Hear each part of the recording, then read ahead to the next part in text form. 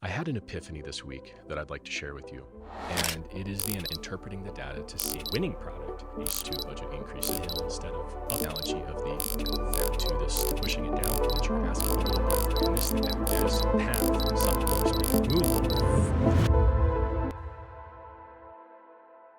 It relates to the nature of Facebook ads and what I call the language of Facebook. You see, most of you are familiar with KPIs. You can look at your ads manager, you can look at your ads and say, this ad is profitable and this one is not, but your knowledge rarely goes beyond that. And what I equate this to is pretty much memorizing the ABCs of the Facebook language, or maybe being able to count to 10. But if you want to achieve the results that you're looking for, if you want to scale to millions of dollars, if you want to find consistency on the platform, you need to learn to speak the language. You need to be able to hear the language and understand what Facebook is trying to tell you on a day-to-day basis. One of the best tools I've found for teaching the language of Facebook is through analogies or parables or visual exercises. This is frankly the best way that I know of how to learn for myself, and the best way that I know how to teach people. And I'm going to share with you two visual exercises or analogies today that I've found to be extremely helpful in understanding the language of Facebook. The first analogy I created about 5 or 6 years ago, and some of you may have heard this one, and it is the analogy of the tightrope walker. The purpose of this illustration is to teach the essence of optimization and how it functions with your ads. Now, keep in mind, I developed this analogy 5 or 6 years ago before campaign budget optimization was even a thing. Everything was ad set optimization. Now, contrary to popular belief, the pixel has very little to do with optimization. Optimization really only happens at 3 levels. One is the ad account. The ad account can actually optimize for better performance. The second nowadays is CBO at the campaign, and that's assuming you have campaign budget optimization turned on. If you're not using campaign budget optimization, then optimization can happen at the ad set level. For the purpose of this exercise, I'm going to use the term ad set, but it will also apply to CBOs. Now, let's say you launch 10 ad sets that are completely identical. They're all for the same product, same creative, same copy, everything's the same budget. What you'll find is that some of them will drastically outperform others. What's the reason for this? Well, that's because each ad set has a different skill level or has optimized to a different degree. These ad sets are your tightrope walkers. The rope is your product. The more stable the product, the better your creative, the better your pricing, just the better the product in general. All of these things contribute to the stability of the rope that you're asking these tightropers to walk on. Each one of these tightrope walkers will walk on this rope with a different skill level. We're all born differently, and every ad set is a little bit different genetically. Your budget is the speed at which you're asking the tightrope walker to walk. The more talented the tightrope walker, the faster he can walk on that rope without falling off. Falling off in this example obviously means becoming unprofitable. Your job as the circus leader, the ringleader here, is to find out how fast these guys can walk without falling off. Now, you might ask yourself, how do we figure this out? Well, it's by communicating with Facebook. It's by raising these budgets and then interpreting the data to see how they're responding. What you'll find is some ad sets will respond well to budget increases and will then be able to walk faster along the rope without falling off. Some ad sets, however, you'll raise the budget and they will fall. This is either due to the lack of skill of the tightrope walker or the instability of the rope or the product. So it's pretty easy to guess at this point that the better your product, the more ad sets you're going to have profitable, the more tightrope walkers you're going to have successfully walking along this rope, and the more likely they are to stay on that rope as you increase budgets. Over time, you'll find ad sets that you can keep raising the budget and the guy will just not fall off the rope. With others, you'll find that you push them too hard and they fall off. And in these cases, you can give them an opportunity to get back on the rope by bringing your budgets back down.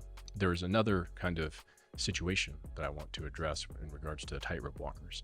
If you have some very skilled tightrope walkers, guys that are just absolutely crushing it, these ad sets are super optimized, and you don't push them hard enough, they'll actually get frustrated and lose interest, and you will lose your opportunity to push them further, right? Say you're a very intelligent student in school and your teacher's not challenging you, you become disinterested and start getting bad grades. It's not because you're not smart or talented, it's because you weren't challenged appropriately. So as the advertiser or the marketer or the ringleader in this analogy, it's your job to crack the whip, to push them, to see how fast they can walk on this rope without falling off. And over time, you'll be able to interpret the signals that Facebook is sending back to you through KPIs, through data, and you will be able to predict how fast you can push them without them falling off. This is one of the traits of a seasoned marketer, the ability to know how hard you can push an ad before it becomes unprofitable. You want to find that sweet spot where they're covering the most amount of distance in the shortest amount of time possible without falling off that rope. Now, what I've found over the last year or two is that the algorithm has somewhat evolved and the need for a new analogy has arrived. And last week I came up with this new analogy. It kind of came to me in a moment of inspiration, and I'm super excited to share it with you today.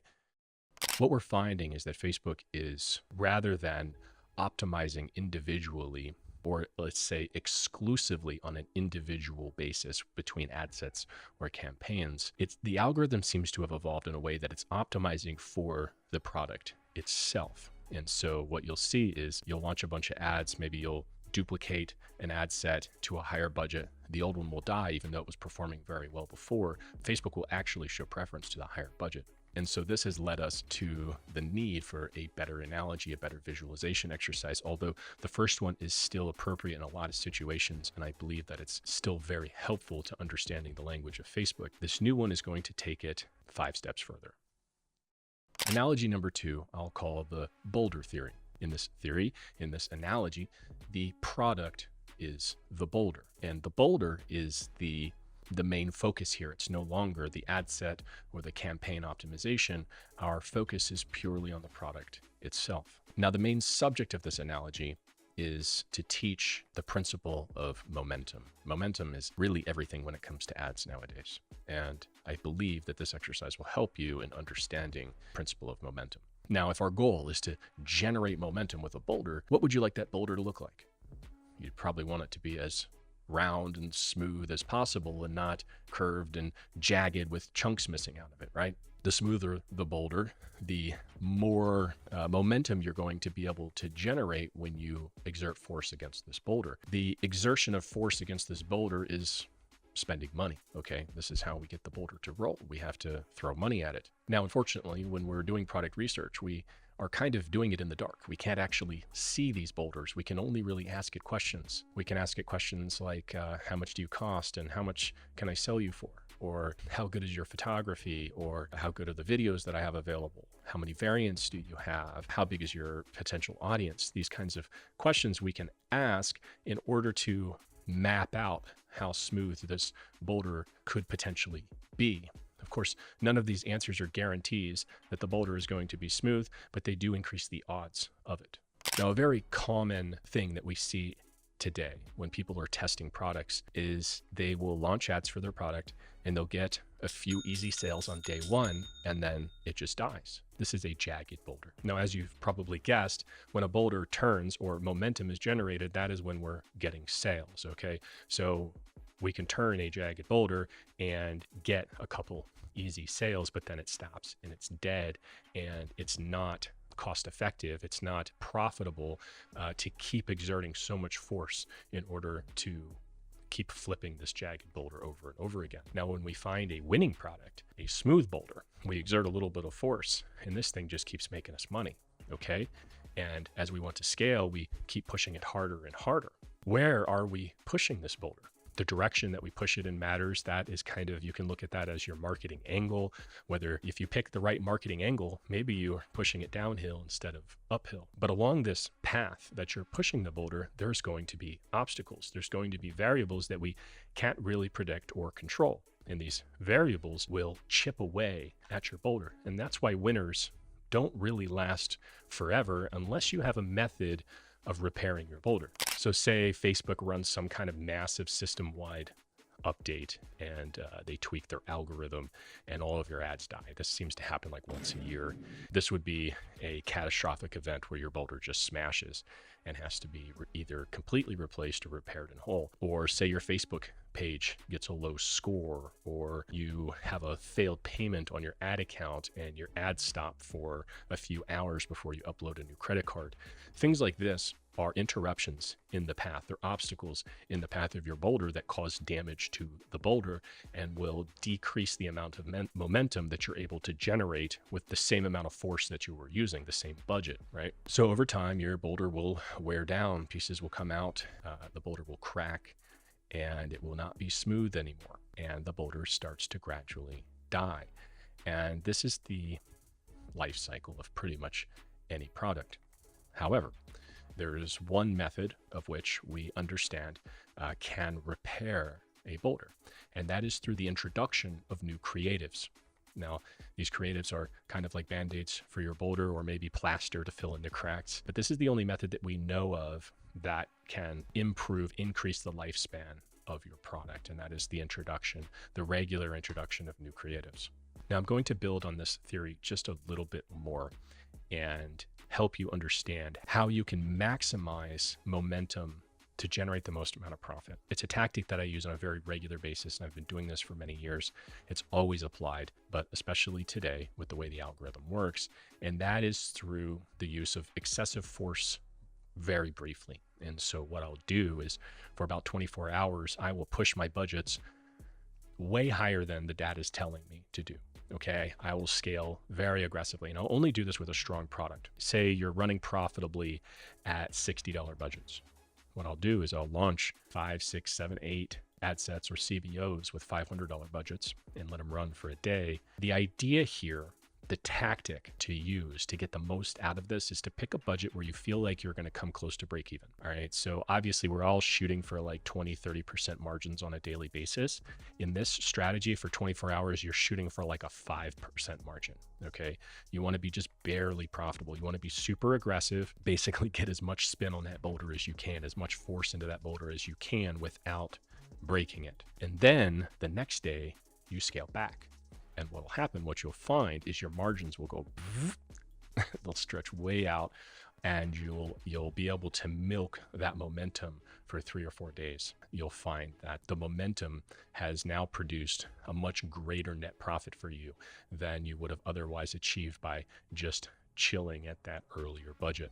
That's $60 budgets, let's say. This is one way that you can communicate back with Facebook in order to get a desired result. Okay. Again, we're learning how to understand what Facebook is telling us. We're learning how to speak with it as well. So many of you guys out there are wasting time flipping jagged boulders over and over again. Maybe somebody told you it was a winning product, or you saw an ad for it, or you used a spy tool, or whatever it may be, and you're just dumping money into jagged boulders. And I want to invite you to stop doing that. When you find a smooth boulder, you will know it, because it will roll, and it will roll easily. Stop beating a dead horse, basically. If you're interested in learning how we find smooth boulders, how we test these boulders, what kind of Facebook testing strategy we use. If you're interested in learning our scaling strategy, jump into the Yard. Okay. We have a Discord called the Yard, and I share everything with this group. We also do live training calls every single week with myself and my business partner, Alex, and we'd love to have you there on those live calls. But that's all I have for you today. Hopefully this was helpful, insightful, and inspirational, and takes you one step closer to understanding the language of Facebook and being able to speak it fluently. If you appreciated my content today, please drop a like and subscribe. You can ask questions in the comments, or you can hop into the Discord and ask me directly there. So thanks, guys. I'll see you in the next one.